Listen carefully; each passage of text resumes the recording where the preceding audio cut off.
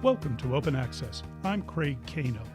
We're talking today with Commissioner Robert Powelson, who will step away from the Commission on August 10th to become the President and CEO of the National Association of Water Companies. Commissioner, welcome to the podcast. Craig, always good to be with you. We sat down to talk shortly after you were sworn in at the Commission, and while it was just a year ago, it's been a pretty busy year for you and your colleagues in addressing a number of important issues facing the energy industry. At that time, you identified the pressing issue of cybersecurity and the need to get infrastructure sited in an environmentally sound manner among your priorities. How has the Commission done in those areas?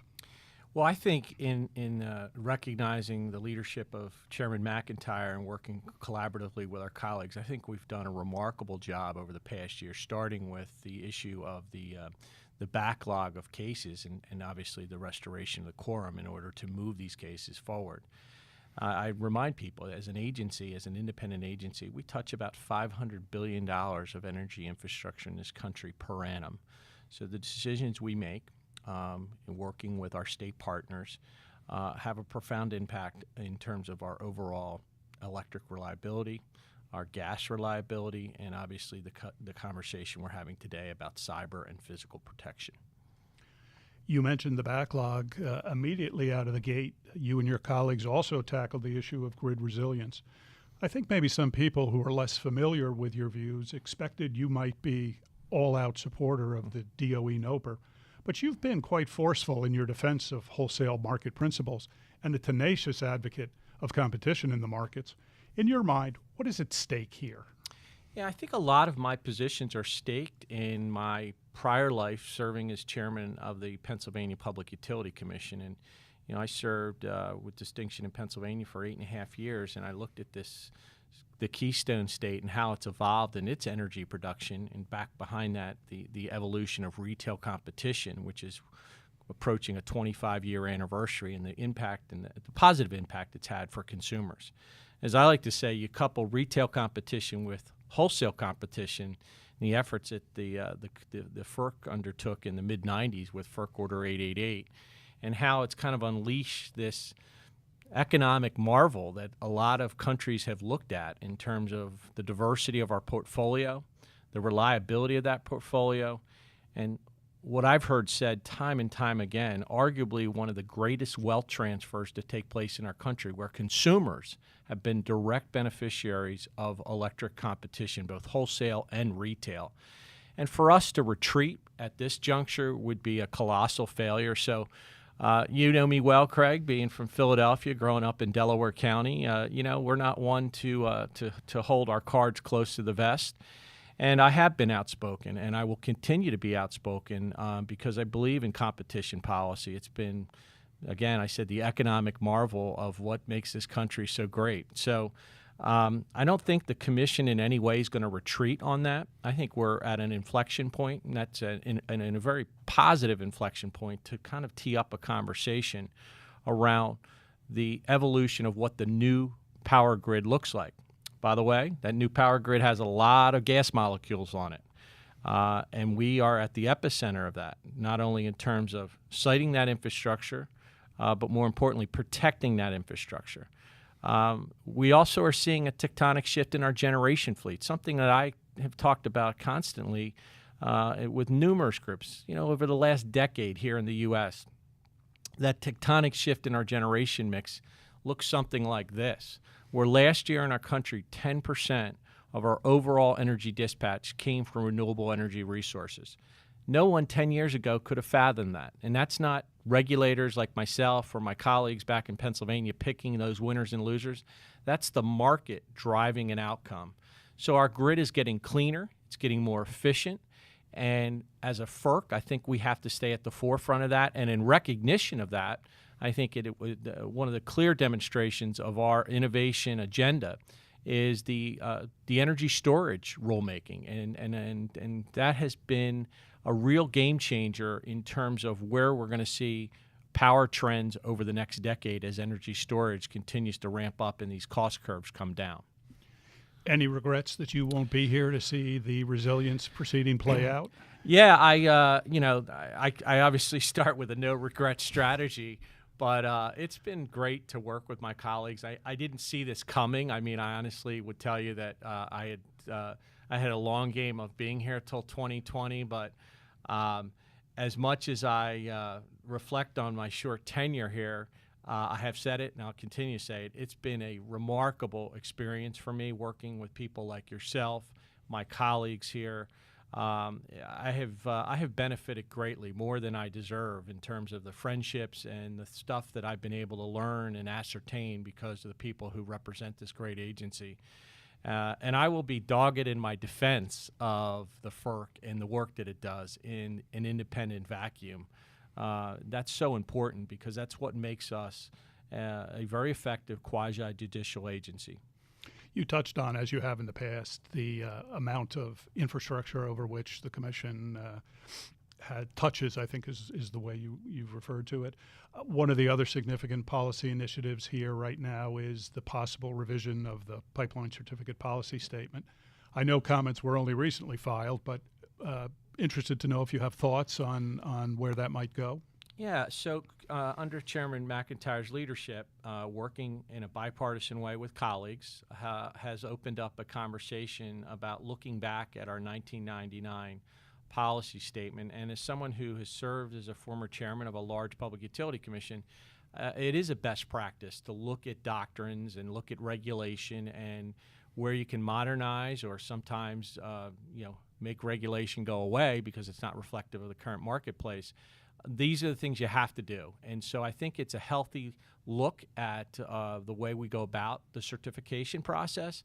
As I said more recently, I don't want to prejudge outcomes, but I think it's a demonstration of the flexibility and the collegiality of how this FERC is set up to address these issues. Apart from that tough daily commute on Amtrak that you've had, what was the most challenging aspect of your time here at the Commission?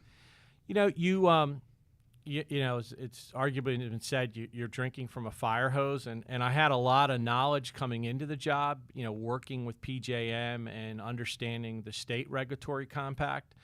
But as I said in my, I think some of my meetings on the Hill, meeting with senators through the confirmation process, which, by the way, I'm proud to report, I came through that pretty unscathed, thanks to the leadership of our external affairs group in preparation. But my takeaway is the complexity of the issues. I mean, back in my prior life, I touched 8,000 entities, everything from Uber to wastewater to telecom. Now, just in handling natural gas, hydro applications, regulation of the wholesale power markets. You would think, my 8,000 that I touched in Pennsylvania was a big number. Well, you come to the FERC and you're dealing in the issue, and then you overlay that with cybersecurity. The complexity of the issues is just, it's not overwhelming, it's just daunting. But we're set up, ideally, as a regulatory agency to tackle these issues. And again, that's why, this is one of those agencies that's able to calibrate on handling complex transactions, but making very difficult decisions in a timely manner, I will add. You've mentioned with great pride your former stay at the Pennsylvania Commission as a state commissioner. And in fact, you were, I guess you might say, the latest in a distinguished line of former state commissioners who have served at FERC. If you could name your successor, would you look into the same gene pool? Yeah, I think it's healthy to have someone with a state regulatory background. Right now we have an unbelievable skill set between the chairman, Commissioner Chatterjee, Commissioner LaFleur, Commissioner Glick. Every one of us has a very unique skill set, and the collaboration, by the way, of our staffs and how they're able to represent us and really do phenomenal work in getting us ready for our open meetings. So I think, if asked, I would say that it is incumbent to look at someone that's got a firm understanding of the state regulatory complex, because of the fact there's a lot of issues that come out of, as I coined it often, 888 on my Twitter feed.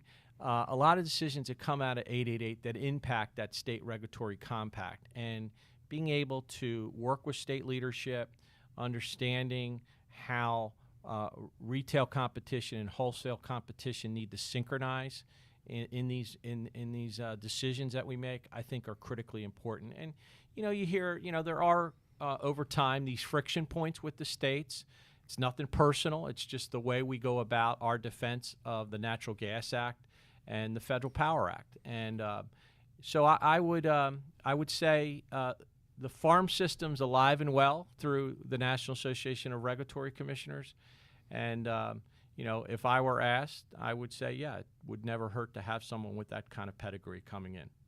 And any specific advice for your successor? Bunker down. Now, any advice? Look, surround yourself with very competent people. Be respectful of the mission of this wonderful organization. Be a steward of that mission. Treat people with respect. Don't come in thinking you have all the answers, because you'll find out that those answers that you might think you have preconceived notions on are going to change over time as you address these issues. I, for one, am someone that realized that rather quickly in my first 100 days here. And again, demonstrate your willingness to work collegially, work in a bipartisan way, because that's what Congress, that's what a president, that's what the courts, and that's what our external stakeholders are looking towards us and looking at us to do.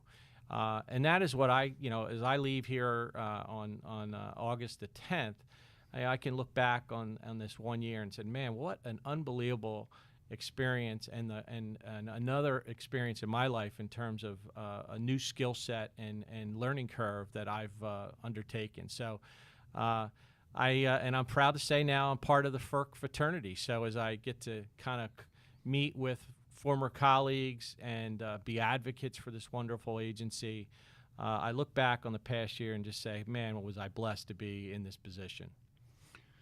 You mentioned a little earlier that you and I both grew up in the same area. Yes, we did. Very few people know Within that a you, few and blocks. that you and I attended the same high school. That's right. Although anyone walking into the studio would quickly figure out that I graduated just a few years ahead of you.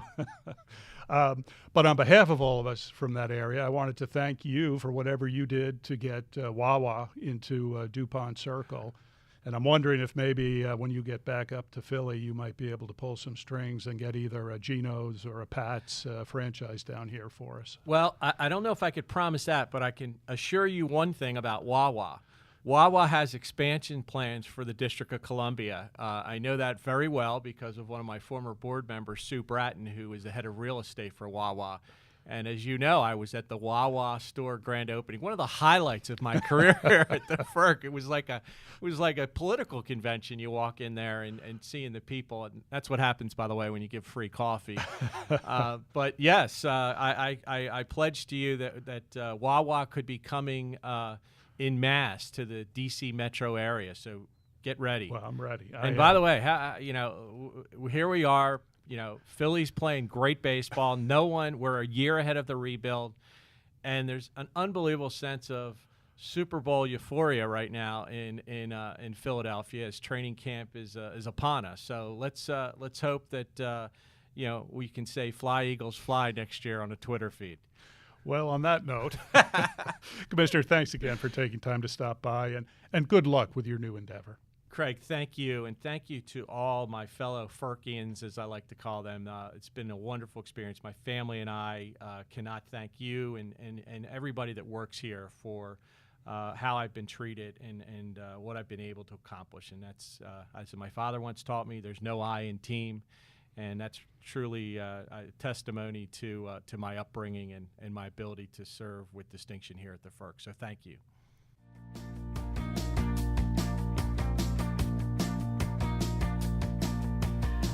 FERC is an independent regulatory agency that oversees the interstate transmission of electricity, natural gas, and oil. FERC reviews proposals to construct and operate interstate natural gas pipelines and liquefied natural gas terminals, and oversees the licensing of non-federal hydropower projects. FERC protects the reliability of the high-voltage interstate transmission system through mandatory reliability standards and it monitors interstate energy markets to ensure that everyone in those markets is playing by the rules.